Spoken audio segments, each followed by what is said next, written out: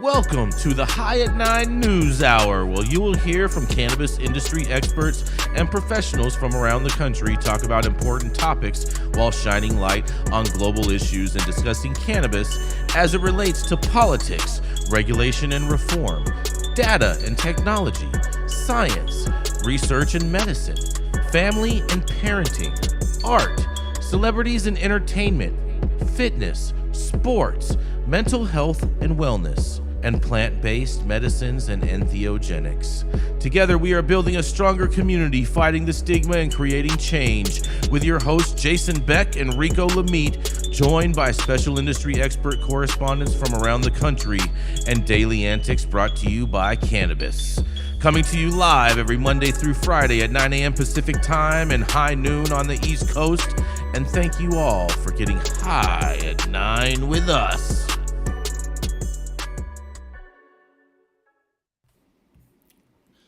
Oh, yeah.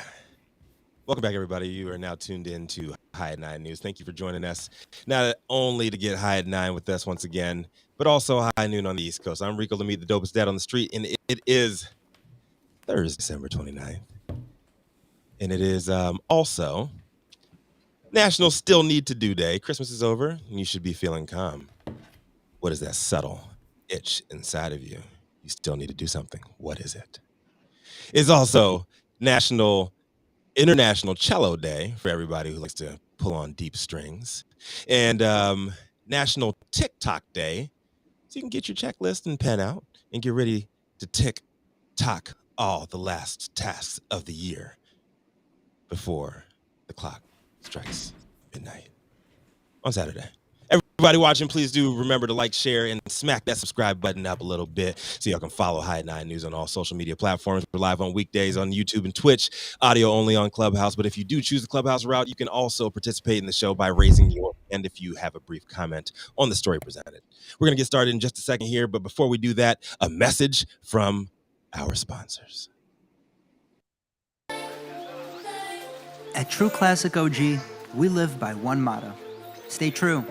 We stay true to our legacy cut of True OG that's always fresh, piney, gassy, and delicious. We represent the spirit and hustle and diversity of our great city of Angels, and we stay true to the spirit of this plant, doing everything in-house to ensure that you get the highest quality and consistency with every batch. And that's what made us LA's favorite OG. True Classic OG. Stay true, Los Angeles.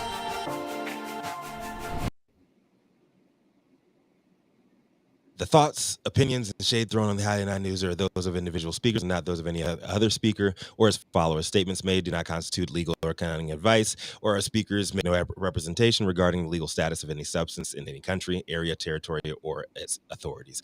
The views expressed in this room do not establish any fiduciary responsibility or relationship. Our sponsors do not imply or constitute any endorsement by us or the expression of any opinion whatsoever on the part of any speaker on stage. If you're an easily offended person, we don't care.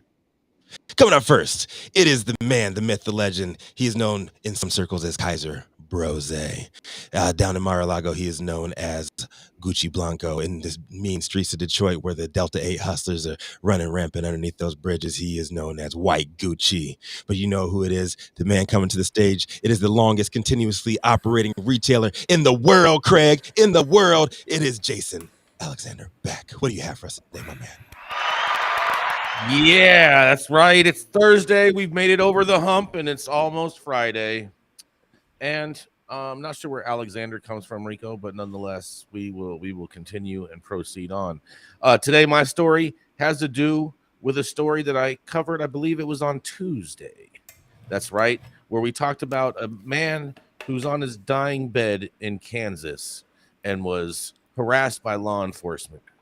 And so one of our amazing viewers reached out to me in the DMs and was like, hey, I called that number. I talked to the attorney's office, and they've been getting harassed a lot.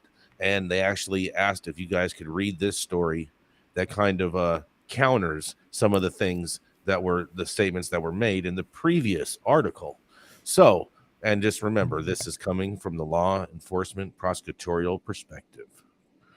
okay, because they are saying that inaccurate reporting of a dismissed ticket issued to Hayes cancer patient leads to threats. And just so you know, we do not want anyone to threaten these people, so to say. We just want to make sure that your voices are heard. And sometimes that, I guess, is what it comes down to, I guess. But nonetheless, we are not telling anyone to call and threaten anybody, so we want to make sure that we are clearly stating that.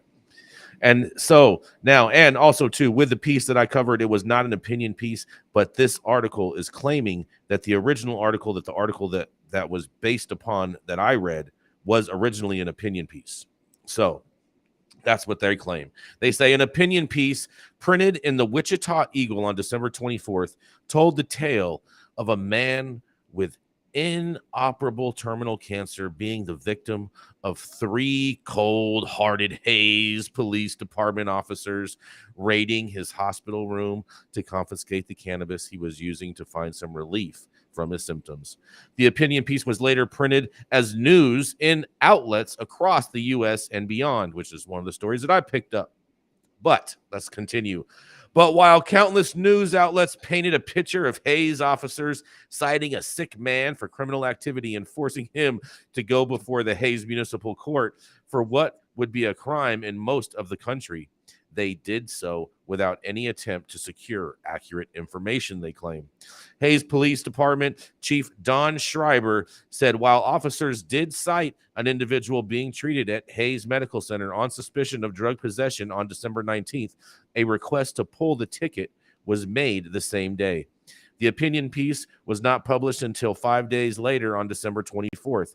He said he likely saw the report during an end-of-shift summary, but became aware of the details only after the opinion piece was published. In a quote, he says, "I wasn't really aware of the incident until I saw an opinion piece out of a Wichita paper talking about the Hayes Police Department raiding a hospital room and an individual with cancer being arrested," Schreiber said. After looking into the case, he described the response captured on the officer's audio recorders. The hospital staff had reported they discovered a patient who was vaping with an electronic device with a controlled substance in the vape machine, and they were concerned, Schreiber said. He said the staff was concerned about the fire risk caused by using a vaping device and the effects of its use on the staff, so they called the police department. I think that's a big overreaction, but nonetheless. 2, not 3, as reported, HPD officers responded to the call, Schreiber said. And I think that's an important thing to note, because anytime you're getting R3 officers, you know something is going down, you're getting searched. You might run across a police call where you have 2 officers that show up because they're in the same vehicle. But anytime you see 2 vehicles that show up at the same spot, you know someone's getting searched.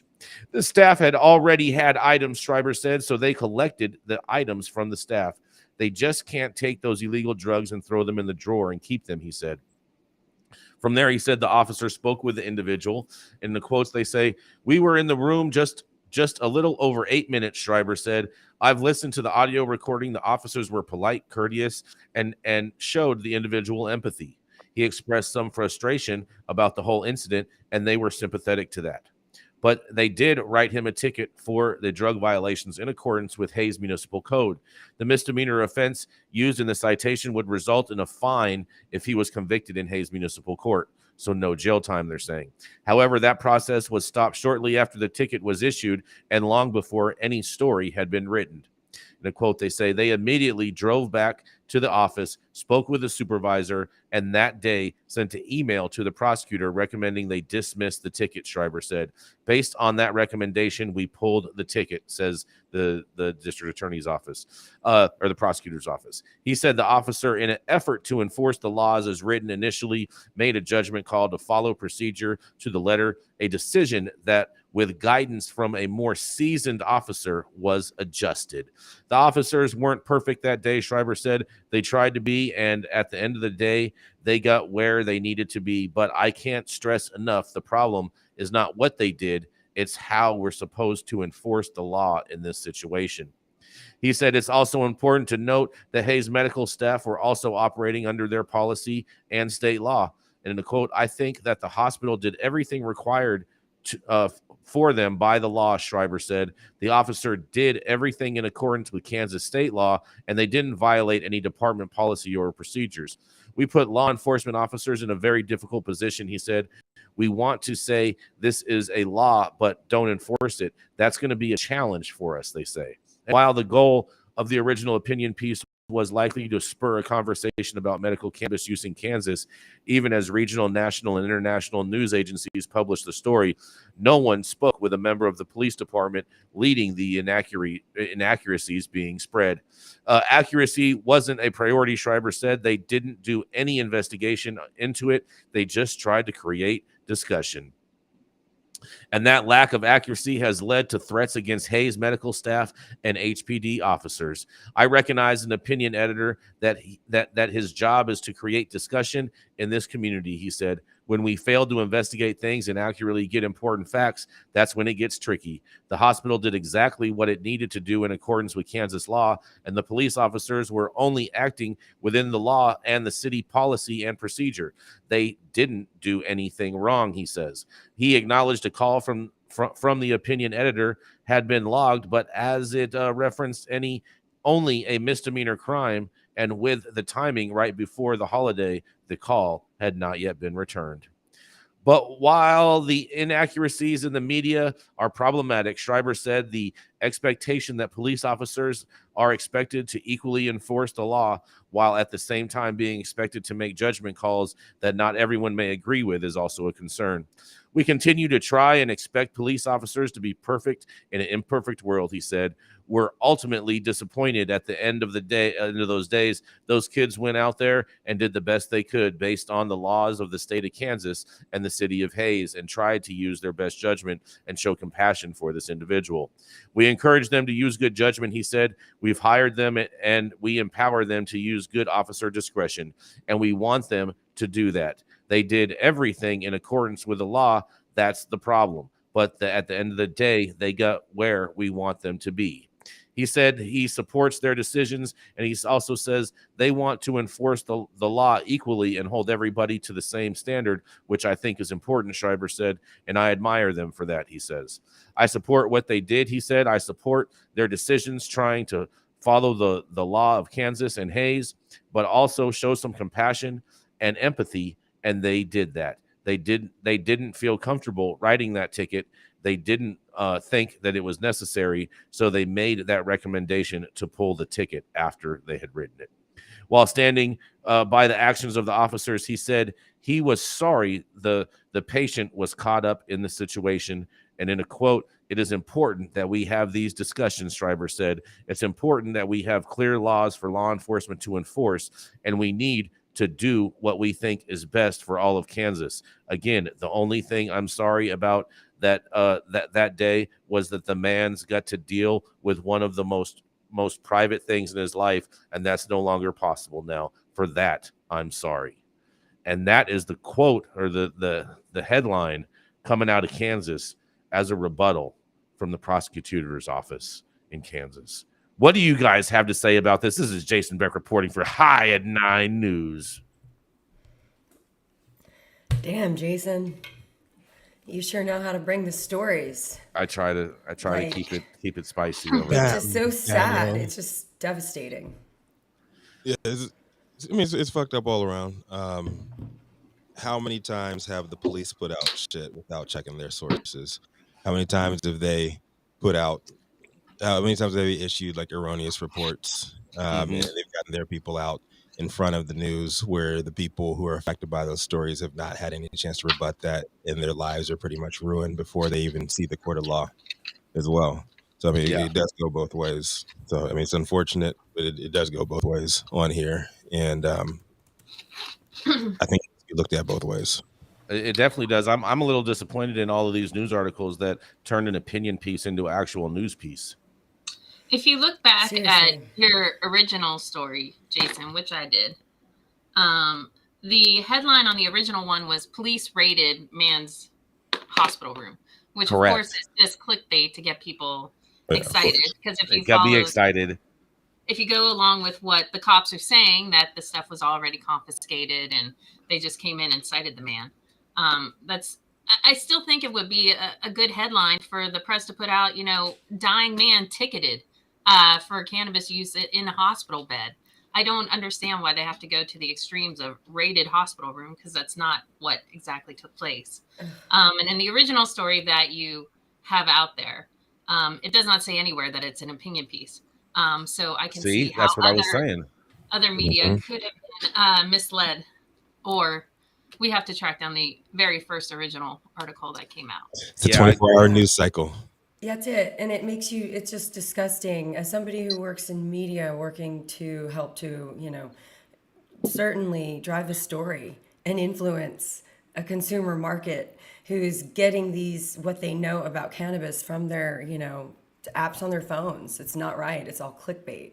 And it's just sad. But I'm like, my emotions are mixed about this story because it is so clickbaity. It was so fucking juicy, for lack of a better term, that this whole bullshit that the police are pulling on patients is being exposed. So maybe we don't like the story, maybe we want to judge the media makers. Fine, but we're talking about how fucked up the system is. My grandfather, who did 2 tours in Vietnam, okay, badass, shout out Poppy, couldn't Shout out, get Poppy. shout out Yeah. Poppy, man. Couldn't get cannabis. Thank you. They Couldn't also get Poppy a troll cannabis. too. All Poppy wanted to do was have a damn meal and a laugh while he was dying of pancreatic cancer, and he couldn't get weed and he was afraid, and it's just this whole it just reminds people that we're living in a police state. We're living in a place where all of our messaging is controlled and cannabis is fucking pawn. So I love this story because we're talking about it. Yeah, and I mean, and it's conversation starters, right? And all of our modern wars were all fought off lies, straight up. Yeah. Media Vietnam. driven lies. Iraq. Hold on. What about World Iraq? War, hey, we Yeah, can talk about there World are War weapons II. of mass destruction. We can talk about World War II and the I'm lead just up talking about when with I the was whole alive. Pearl Harbor and shit. Like, no, Yeah, I'm saying, man, like everything, like this is the military-industrial complex, and that's how the shit works. And sometimes it takes a sensational story.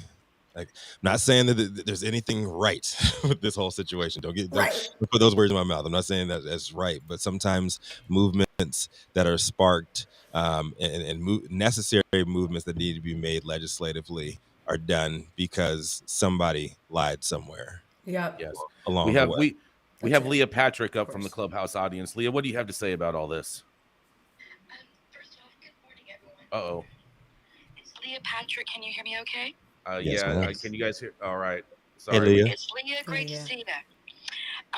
First off, Jason and High at 9 News here in Clubhouse, thank you very much for bringing us the news.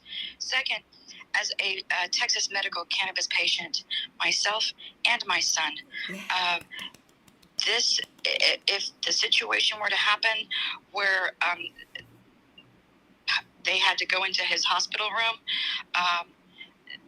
they would have one mad mama on their hand, and this is cruel and unusual punishment, really, if you think about it. As a Texan, and I've been advocating for many years. Yes, she has. I on can behalf attest. of patients and behalf of disabled.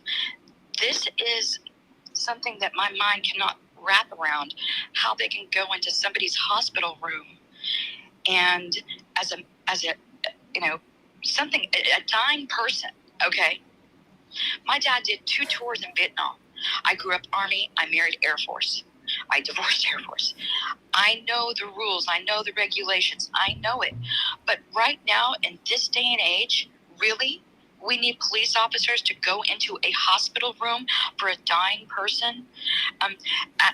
As a terminal patient, my son has been a terminal patient twice. We brought him out of that with the help of the plant. So this is something that we need to change. Texas, vote Governor Abbott out, get rid of Lieutenant Governor Dan Patrick no relation. And just thank you for always bringing us the news. It's Leah. Great to see you. Great to see everyone. And patience come first in my book. And over a vape pen, this is a crime against humanity. So, Love you, Leah. have a great day. Many Thank blessings. Much love. Thank you, Leah. Love you, Leah. Love Yes. you so much. She's such a great Texas advocate. Yes, without a doubt. But Without a doubt. great points. Yes, and with all of that, I believe we are going to keep it moving. We have ran out of time on that story. I know it's a very touching tale for a number of people, and so we want to be sympathetic to that and make sure that we're delivering the most accurate news when it comes to this story as well. So thank you all for entertaining me with that. And coming up next, it is the dope dad himself. That's right, Rico Lamitte. When he is not babysitting his child, you can find him babysitting grown-ass adults because they all still wear diapers too. That's right. They still use wipes and Depends, and whether they're pull-ups or pull-downs, he's down to help them all out and give them a helping hand. That's right. It is the dope dad himself, Rico Lamitte. Man, what the fuck is a pull down? I like that one though. All right, You know, when you pull ups, you pull them down too, because otherwise you wouldn't be able to go. You just make a mess in your pants. I guess it all depends. It all depends. All right, so my story today, I'd like to spark a little bit of a conversation because we do have a little extra time today. I want to spark a little conversation with my story. So it's actually from Vox Media's Mary Jane Gibson. Is legal weed doomed to be run by big business? Pro marijuana activists, advocates have become surprising foes of some efforts to legalize, and here's why. Is it possible to be truly pro-legalization and anti-regulation at the same time? It's an awkward position many of us find ourselves in daily, and the fatigue is starting to kick in heavy. 2013 was the first time a majority of Americans supported legalizing cannabis. A Pew survey revealed 53% of it were in favor at the time of legalization. But today, U.S. support's grown to 88%, according to the firm's April 2021 survey, and with 21 states having new rec laws on the books, in addition to Biden's announcement of support in October, it's only a matter of time before federal government repeals cannabis prohibition. As Gibson points out in her article, in practice, legalization is proven to be piecemeal and often disappointing for reformers. Take my home state of Virginia, just 4 cannabis companies are licensed to serve. All 4 are owned by non-Virginia conglomerates, while small businesses and local entrepreneurs are mostly shut out from participating in the industry. When President Biden announced he'd be taking steps to overhaul America's marijuana laws and to pardon the convicted of simple marijuana possession at the federal level, most of America rejoiced. On the surface, it seemed that advocates were finally getting through to lawmakers after decades of fighting. But we all know, and we all knew at the time, it really was, and we've been calling him out daily for a possible rescheduling, which would hand the industry to Big Pharma. And the whole pardon thing, let me start on that bullshit. U.S. legal sales, largely driven by adult use markets, are expected to top $33 billion by the end of this year. Cannabis remains illegal under federal law, and thousands of people are still in prison for marijuana-related offenses, the majority of which are nonviolent. This leads to my major question: who will actually benefit from a federally regulated industry? Cannabis, rescheduled under Controlled Substance Act, leads to regulating marijuana as medicine, allowing Big Pharma to control that market. Cannabis legalized, cannabis legalized at a federal level leads to conglomerates like Amazon quickly stepping in to dominate on a national adult use industry level. Per the article, some activists have already begun to attempt to slow or stop legalization efforts altogether. As recently chronicled in the midterm elections in November, progressive advocates opposed Arkansas legalization measure issue 4, funded mainly by medical industry, claiming that it would have allowed existing medical marijuana businesses to control the adult use market and reward industry backers of the measure by limiting new competitors. Critics also highlighted the measure's lack of social equity provisions intended to ensure that people of color, and those with convictions of marijuana offenses would be afforded an opportunity to participate in the legal industry. Issue 4 would not have expunged records for past cannabis offenses, instead funneling a percentage of tax proceeds to law enforcement. In the end, even though one survey showed that most Arkansanians or Arkansas voters favored legalization in September, 56% would have voted, actually ended up voting against the measure on election day. Caps on cannabis business licenses like the one proposed in Arkansas lawmakers are growing in popularity and limit entry to the few who are able to secure expensive permits, ceding the lion's share of cannabis industry to large companies and multi-state operators. And so let's talk about Shailene. She said that if the federal government legalizes cannabis, lawmakers should be aware of monopolization by national corporations. And she also authored a paper on preventing monopolies in the marijuana market, outlining how domination of big business is a threat to existing cannabis industry. Right? But will her pleas, which most of us agree with, lie on deaf ears? Big tobacco, alcohol, pharma, and tech have already been laying the groundwork to take over, and they've only ramped up their efforts to support legislation as exhausted advocate voices have begun to wane. They've got the political clout and the business acumen necessary for long-term success. So when we all take a half-second step back to look at the big picture, is the fight for small operator victories just a lesson in futility we're doomed to lose? Artist and activist Brian Box Brown is the creator of Legalization Nation, and he argues in the article, lawmakers can craft effective cannabis policies, particularly when they listen to activists rather than lobbyists and special interest groups. We need to recognize the things that are working and stop catering to corporate wishes. This is a brand new industry. It will probably be corrupted in time, but we don't have to start with corruption.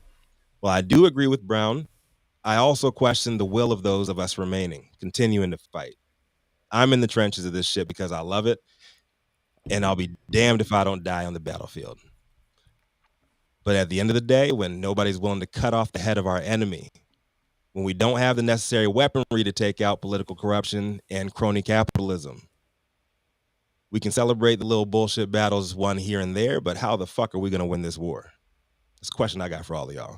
I'm Rico Lamitte, dopest dad on the street for High at 9 News. What do you guys have to say about this one? Let's open up mic. I mean, what do Great you think? conversation. It's great. You asked the question of who's going to benefit from a federal regulated market. The patients are going to benefit. I don't care what you say. I don't care if big pharma is involved. People need drugs and they need the healing power of this plant. And patients have been benefiting for decades, for generations. Not enough patients. No, not enough. Because when you of have to move to another part of the country to get your medicine, when you have to go in and act like a thief when you're when you're a dying man in Kansas and you're getting raided by the Gretchen cops dropped the F-bomb. because of fucking propaganda put out by this government. This ain't about propaganda. It's about it being illicit. It's about it being illegal. Why is it who's illegal? going to benefit are the patient. What do you mean? Why is it illegal? Yeah, why is it illegal? Why was it prohibited? It's illegal because of propaganda. All right. If you guys want to pretend that an illicit market is the way to get people the medicine they need and for black people to get ahead in this country, I don't think that's what he's saying. You keep doing that. Because that is the most ridiculous argument in the world. And for the people out there who are crying social equity isn't working, blah, blah, blah, social equity was never going to work. It is cannabis. Bullshit. Why is no, cannabis? Rico, you of all people say social equity is just a buzzword. It's not going to work. You can't force banks to give people money. You can't force investors to give people money. Just because you give them a license doesn't mean it's going to work. It's all bullshit. We need to acknowledge that it's all bullshit and try and actually fix the problems. I don't have the answers. I don't think we do have the answers here. But all I know is that patients would benefit from a federally legal market. Patients have been benefiting for generations from an illegal market, and the only reason it is illegal is because of government propaganda and racism from the fucking jump. We have Dr. Felicia up from the Clubhouse audience. What do you have to say on this, Dr. Felicia? Good morning, good afternoon, everyone. I'm gonna try not to cry, but this is an issue that's very close to my heart because I know that people have used this plant safely for thousands of years, and we're just making a big screw up of everything, trying to overturn this prohibition.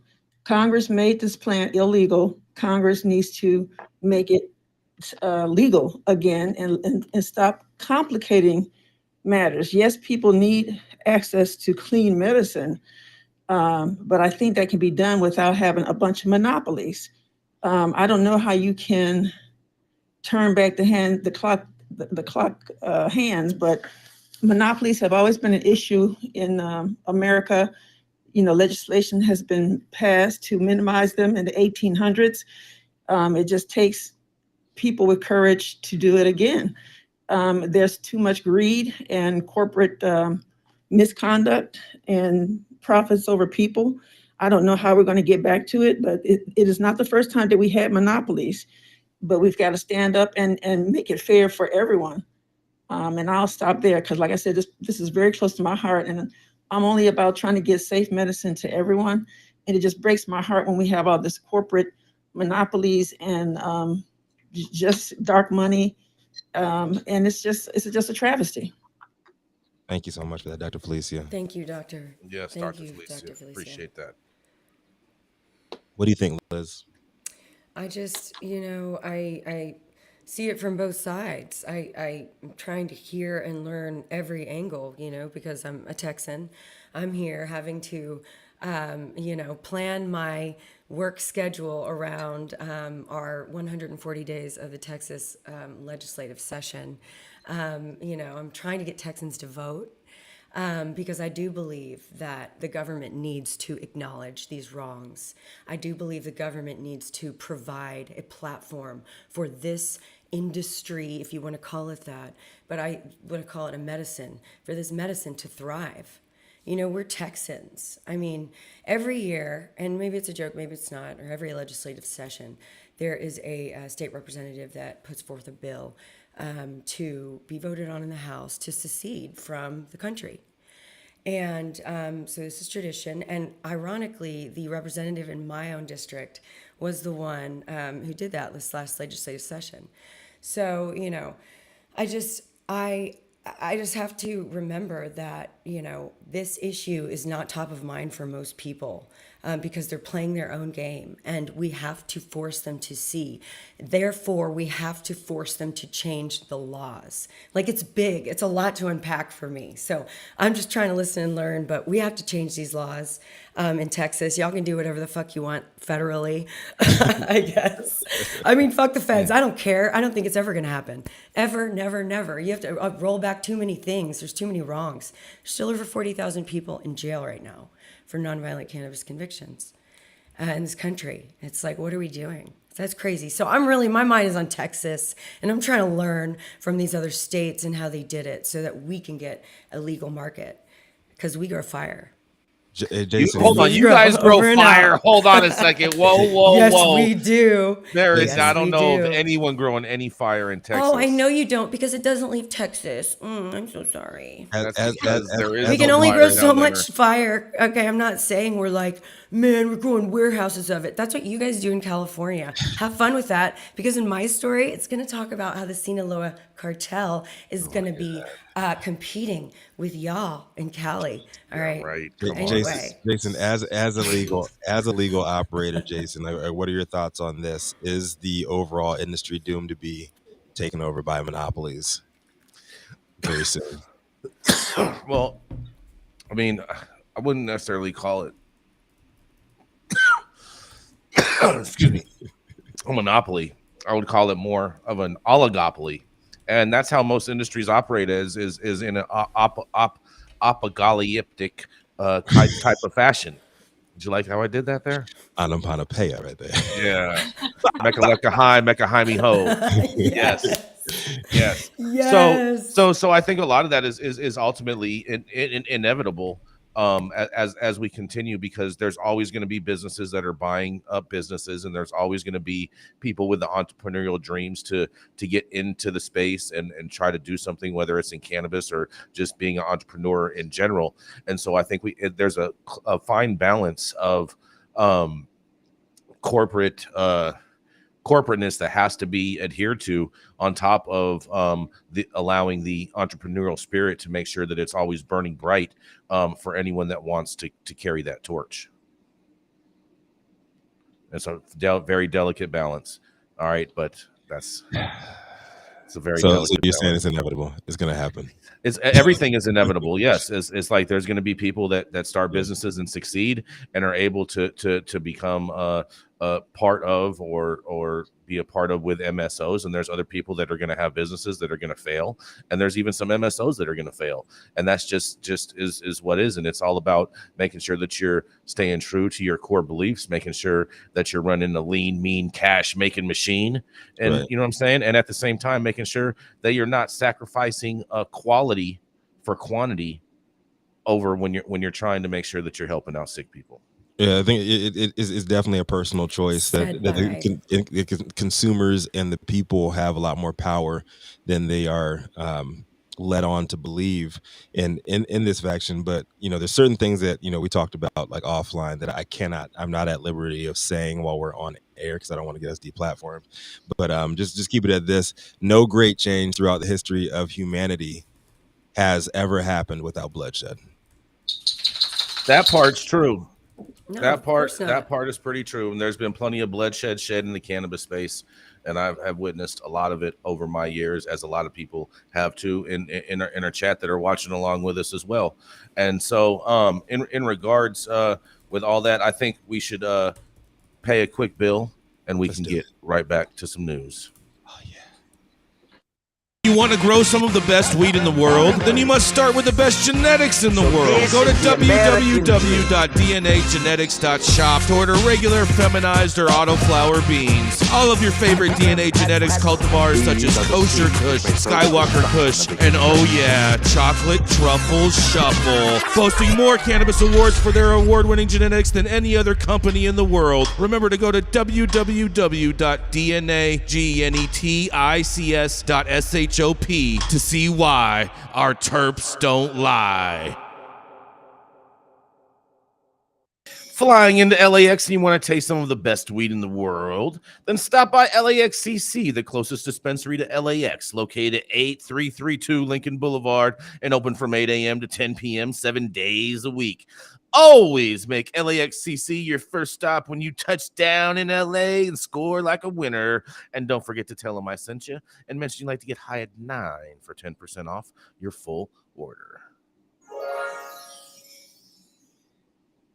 This feminized Lone Star State Advocate and storyteller is the co-founder of Grow House Media, pumping out some of the most entertaining industry-specific content I've seen coming from a non-legal state. Period. She can be found weekly on her podcast by the same damn name, Feminized, where she interviews some of the dopest women in the game. And she's all about gifting, giving, and living life this holiday season. Y'all know who it is. Coming to the stage next, it is Liz Grow. Rico, thank you. I love that intro. I am a gifter and a giver. And I'm here to give you a little tip. Okay, California. As I said earlier, the Sinaloa drug cartel is coming for your weed business. All right. This story is one of the most interesting stories that I have read in a long time. I'm just going to dive right to it. It is narco juniors have big plans for marijuana, and they're borrowing ideas from California's dispensaries like Oswego. In Culhuacan, Sinaloa, someone walking around the Mexican city of Culhuacan, the capital of Sinaloa, state and home turf of the cartel of the same name, could be forgiven for thinking marijuana had been legalized. 10 years ago, weed was still being sold in dark alleys or delivered by shady dealers in old cars. But Culhuacan now has almost as many marijuana dispensaries as Los Angeles, even though an ounce of weed could still land you in jail in Mexico. Since U.S. states started legalizing marijuana, prompting a decline in Mexican weed being smuggled north, members of the Sinaloa cartel have been looking for ways to adapt and take back the business that helped their predecessors build globe-spanning operations. The key to their new business, according to a Sinaloa cartel operative who spoke with The Insider, is marketing. And I quote, "We don't want to be associated with the shady drug dealers selling weed in the streets out of a window. Look at the gringos. They're selling the same product in their beautiful stores. That's what we want for the organization." A Sinaloa drug cartel member described it by many as the godfather who is in charge of funding the new weed industry. So we're hearing from the Godfather here, you guys. The organization, a term that members prefer over cartel, restructured its weed business and began a trial and error phase in Culhuacan at the direction of Ivan Archivaldo Guzman Salazar, one of Guzman's sons with his first wife, according to the Godfather. Wow, that was a lot. Ivan and his brothers, known as Los Chapitos, and members of a larger group of young cartel scions, known as Narco Juniors, have made Culhuacan their stronghold and focal point of their efforts to expand into the marijuana business. Fun fact, Culhuacan is one of the capitals of it's where all the fentanyl is coming from, all the deadly fentanyl, and that's where the Sinaloa drug cartel has made lots and lots of money. Anyway, back into the story. The juniors put a lot of money into this, but more than money, they were extremely cautious of the people they relied on, the Godfather said. After El Chapo's extradition to the U.S. in 2017, Ivan put together a group of 5 to 6 men who had all of his trust to serve as godfathers for a new marijuana business model. Their role is to channel funds to a larger group of independent marijuana producers to experiment with strains, seeds, methods, and brands until the organization finds a brand to compete or even overshadow the weed produced in the U.S. Okay, this is the goal. They're coming for you. The Sinaloa cartel began recruiting young producers who do not identify as members of the organization and have 3 main characteristics: their passion for weed, their knowledge of the weed production process, and they have lived in the U.S. state where weed is legal, according to the Godfather. Jason, they may be coming for you. I mean, I doubt it. Okay, they may be coming for you. Now, the Godfather asked me straight up if I really knew that what I was doing, and I confessed I had already started a small greenhouse for my own consumption, but that if he were to trust me enough to fund me for a bigger one, I could make the best weed in Sinaloa. One of the local producers who had lived in California told the Insider, I mean, this man is dreaming big.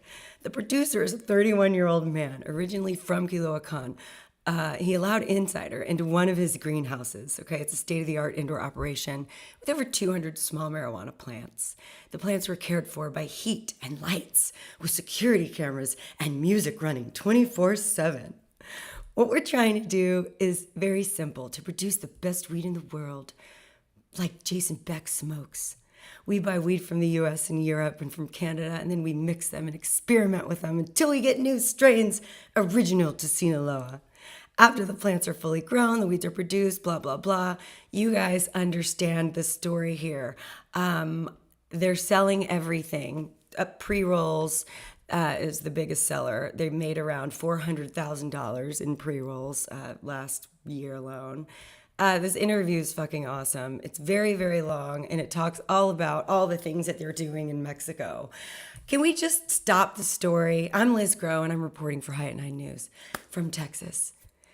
Can we just stop the story and talk about how ridiculous this is?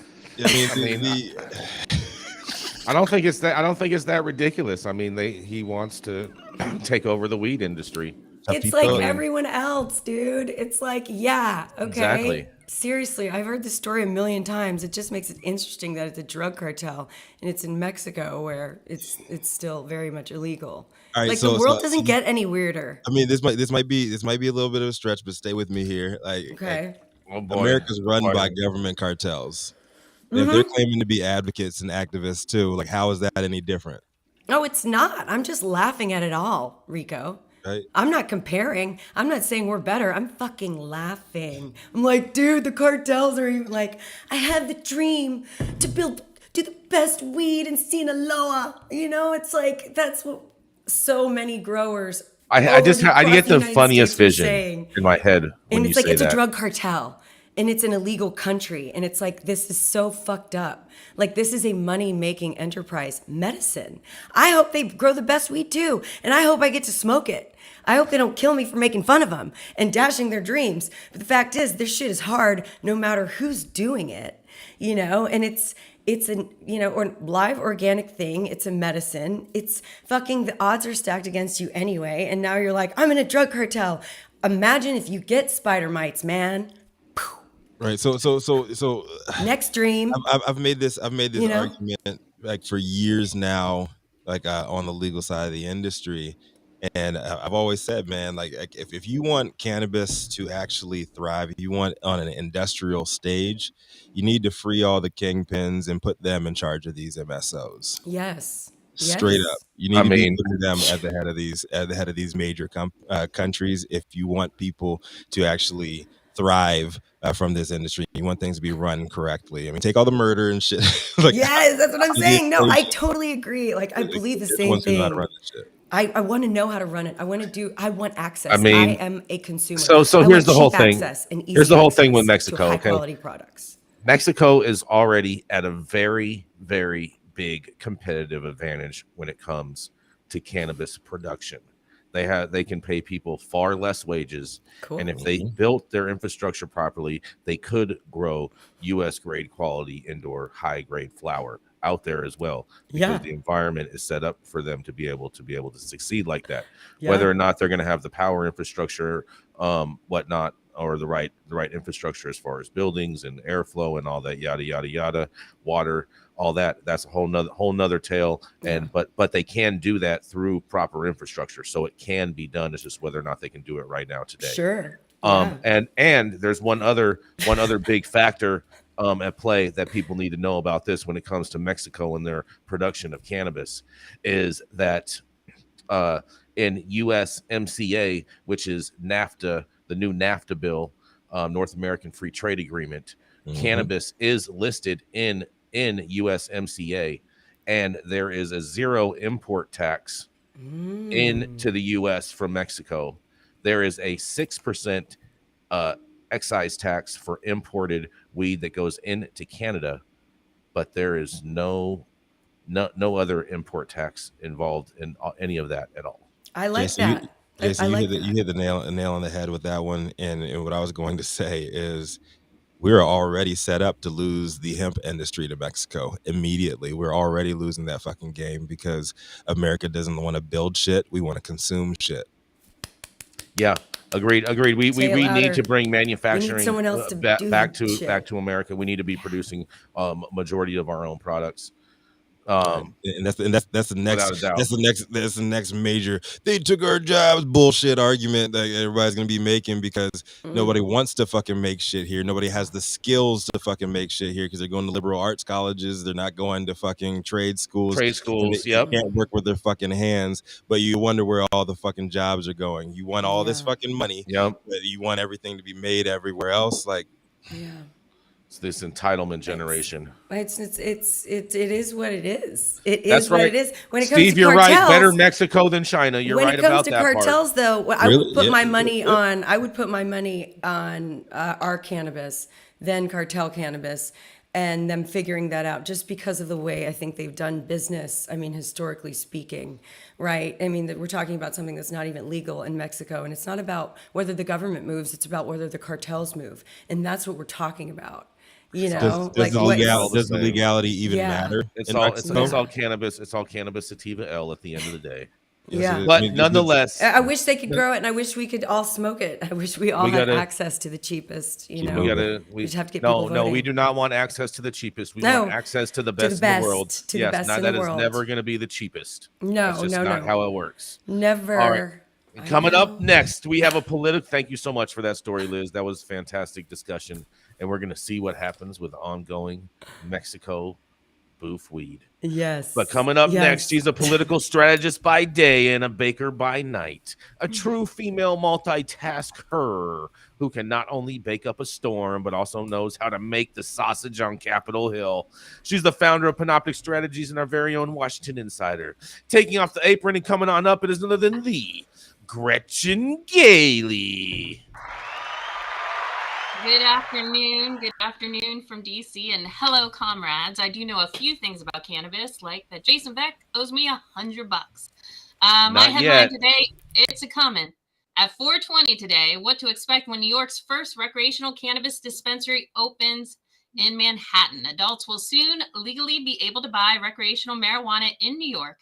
The state's first cannabis dispensary will open its doors today in Manhattan.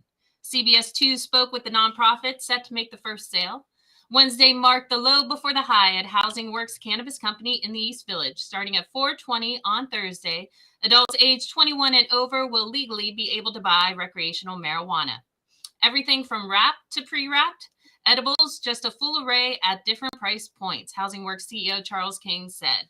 Tomorrow we expect a very long line down the block, but after that we will be able to serve people pretty expeditiously. King joined CBS News New York ahead of the grand opening. Housing Works is known for serving homeless New Yorkers and people living with HIV and AIDS. He said the nonprofit had been working on getting a license to sell recreational pot for the last 3 years. He said, we serve overwhelmingly a population that has been criminalized by the war on drugs, and we felt it was appropriate for us to be able not only to sell cannabis, but use that as an opportunity to hire and employ people who just as involved due to use and possession of cannabis. Everything is grown in New York and produced in New York, Housing Works Creative Director Elizabeth Koch said. So far, the New York State Cannabis Control Board has approved 36 adult retail licenses. Housing Works will be the very first to open its door, an exciting prospect for many in the area. One person said, I'm a chronic pain sufferer, and I know that edibles theoretically help with chronic pain, so if something could give me some relief, I'm happy to try it. Another has told us, I think New York has needed it for a long time, and we're just catching up. Another person told us, I'm here for it. I'm surprised that it's the first. If something that has been a part of our culture in the city for a long time, and now we get to use it responsibly and not be secretive about it, Koch said. The state says the new year will bring several new dispensaries. Trevette Knowles from the New York Office of Cannabis Management said, I can already tell you and confirm that a couple other licensees are working to open their dispensaries in January. Nonprofits and individual licensees and qualified businesses. So don't be confused if you've already seen smoke shops advertising weed. What we're seeing is an influx, a lot of times, people from outside of the state, of people trying to expose public confusion and open up these storefronts. And it really is a matter of short-term gain because they are a threat of preventing themselves from attaining a future license. Critics, meanwhile, have worried legalizing pot will bring an increase in crime and traffic accidents and a decrease in quality of life. King argues regulating marijuana will help control all of the illegal spots that have opened. Currently, cannabis sellers aren't paying taxes. We'll be paying taxes to the city, the state, and the federal government. So legalizing cannabis and bringing in a regulated market is a way to improve the system overall for everyone. Proceeds will go directly back into the nonprofit. So what's next for the budding industry? Cannabis delivery has been approved, and the state expects to start issuing licenses for weed delivery in the next month. So Jason Beck, I will take whatever form you'd like to provide it in. Cash, Venmo, check, whatever you like. You owe me $100 as of 4/20 today.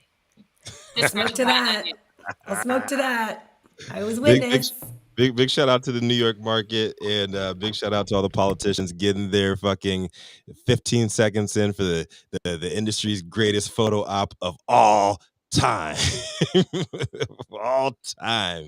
No lie. I already talked to some folks from the New York Cannabis Control Board this morning. Everyone is very excited. They are hopeful that it will go off flawlessly.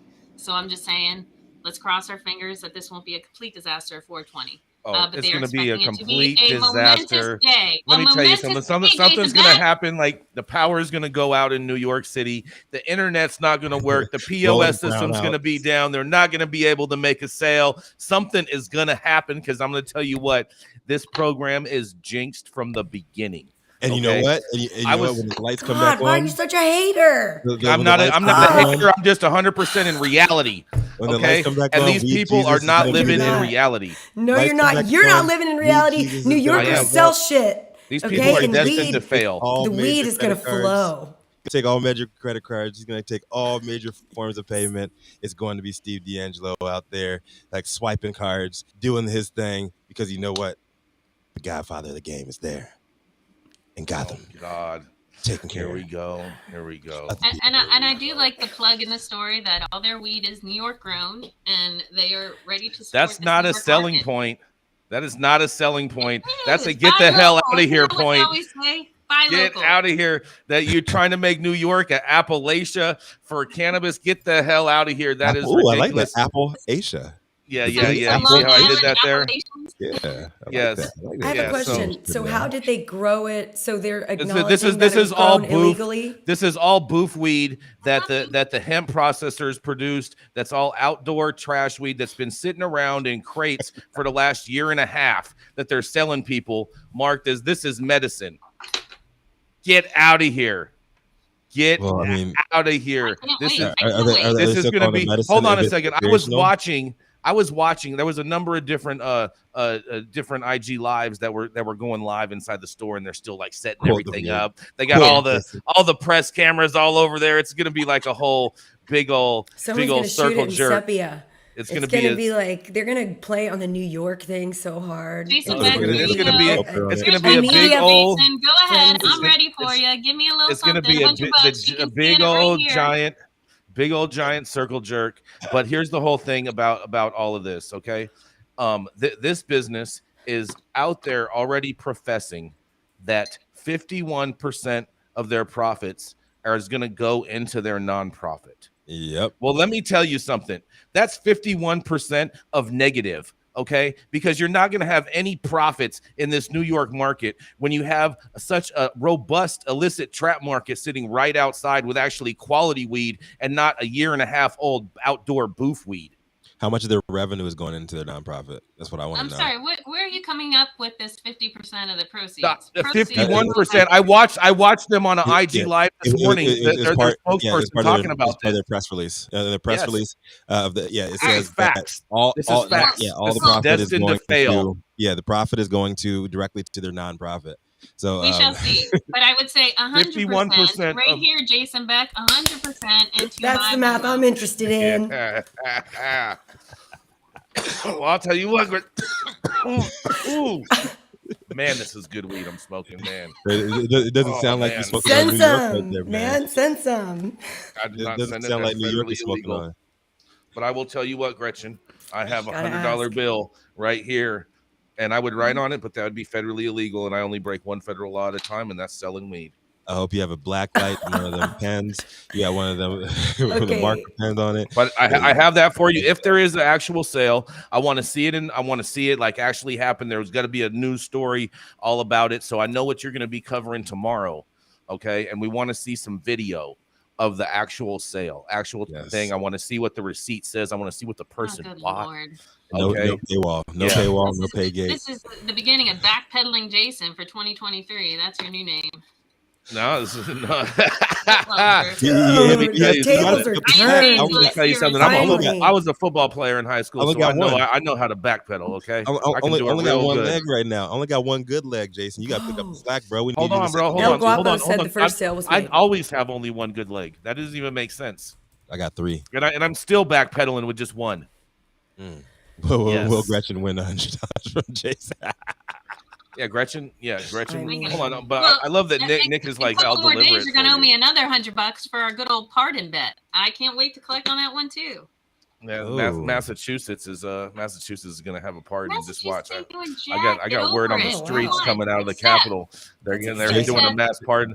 Not to mention too, I really won that bet. Honestly, because Oregon had a mass pardon, and the governor called it a mass pardon. It is a mass pardon. It is a mass. That's a mass pardon.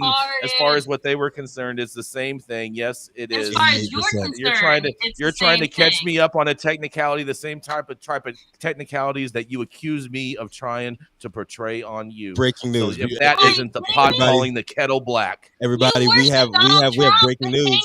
Technicalities. I don't worship anyone. I wish I died. Yeah, but I googled it. I googled it and I didn't see it. 1 second, everybody. We have breaking news. 88% of the audience says that Gretchen will get $100 from Jason. The people have spoken, Jason Beck. What do you have to say? Well, that's because 88% of the audience knows that I actually pay my bills. I can't wait. I didn't even vote either. Rolled up pennies or what? Oh man.